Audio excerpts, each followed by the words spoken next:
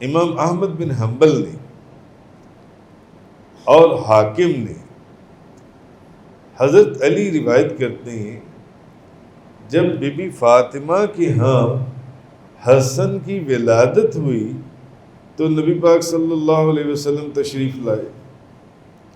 اب ان احادیث سے آپ کو پتہ چلے گا، وہ تو آیت میں نے بیان کر دی کہ نبی پاک صلی اللہ علیہ وسلم کا امام حسن، امام حسین، حضرت علی کرم اللہ وجہ الکریم، بی بی فاطمہ الزہرا سے کیا جسمانی اور کیا روحانی تعلق تھا نبی پاک صلی اللہ علیہ وسلم کا، کہ حضرت علی فرماتے ہیں کہ جب فاطمہ کے ہاں حسن کی ولادت ہوئی تو حضور تشریف لائے۔ ظاہر نانا تھے مگر آپ نے تو اپنے آپ کو ان کا والد فرمایا، تو حضور تشریف لائے، فرمایا مجھے میرا بیٹا دکھاؤ، اور اس کا نام کیا رکھا ہے؟ ظاہر ہے بیٹی کے ہاں بچے کی ولادت ہو تو نانا جو ہیں ایک رواج ہے، ضرور بیٹی کے ہاں تشریف لے کے جاتی ہیں، ضرور جاتی ہیں، تو حضور بھی بیٹی کے ہاں تشریف لائے۔ اس کا مطلب یہ ہے کہ اگر کوئی بیٹی کے ہاں کوئی آگے ولادت ہو اور باپ بیٹی کے گھر جائے تو یہ بھی نبی کریم صلی اللہ علیہ وسلم کی سنت کو پورا کرنا ہے۔ تو حضور فاطمہ کے ہاں تشریف لائے تو حضور نے فرمایا مجھے پھر میرا بیٹا دکھاؤ، تم نے اس کا نام کیا رکھا ہے؟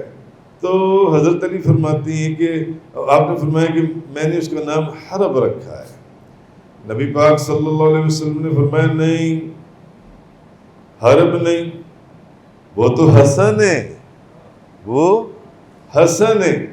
اور پھر جب حسین کی ولادت ہوئی، پھر بیٹی کے ہاں بچے کی ولادت ہوئی تو پھر نانا تشریف لائے۔ اب پوچھا، حضور آئے، فرمایا مجھے میرا بیٹا دکھاؤ، اس کا نام کیا رکھا ہے؟ میں نے کہا میں نے اب اس کا نام حرب رکھ دیا ہے۔ ان کی خواہش ہوگی کہ یہ نام رکھ دیں، تو نبی پاک صلی اللہ علیہ وسلم نے فرمایا نہیں، اس کا نام حسین ہے۔ پھر جب تیسرا بیٹا پیدا ہوا ان کے ہاں تو نبی پاک صلی اللہ علیہ وسلم پھر تشریف لائے، اب پہلے کا نام بھی حرب رکھا، حضور نے فرمایا نہیں اس کا نام حسن ہے۔ دوسرے کا بھی نام حرب رکھا، فرمایا نہیں اس کا نام حسین ہے۔ اور تیسرا، کیونکہ حضور نے بی بی فاطمہ کے بیٹوں کو اپنا بیٹا فرمایا آگے حدیث آ رہی ہے جو ان سے، تو نبی کریم صلی اللہ علیہ وسلم پھر تشریف لائے۔ اب جب تیسرا بیٹا ہوا، حضور نے فرمایا مجھے میرا بیٹا دکھاؤ، بتاؤ اب اس کا کیا نام رکھا؟ انہوں نے کہا حرب رکھا ہے۔ فرمایا نہیں، اس کا نام محسن ہے، اس کا نام محسن ہے۔ تو یہ حدیث میں کہ حضور نے حسن اور حسین اور محسن نام خود پسند فرمائی، یہ تین نام، یہ حدیث میں کہ بی بی فاطمہ کے ہاں جو تین بیٹے ہوئے، پہلے کا نام حضور نے حسن رکھا، دوسرے کا نام حضور نے حسین رکھا، نام بدل دیے، تیسرے کا بھی نام بدل دیا، فرمایا نہیں اس کا نام محسن۔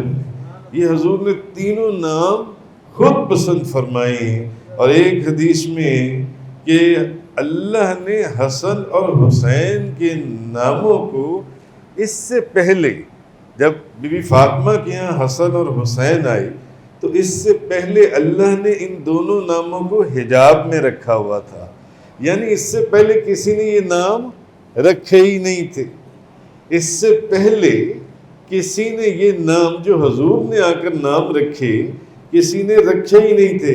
تو نبی پاک صلی اللہ علیہ وسلم نے اپنے بیٹوں کا نام حسن اور حسین رکھا۔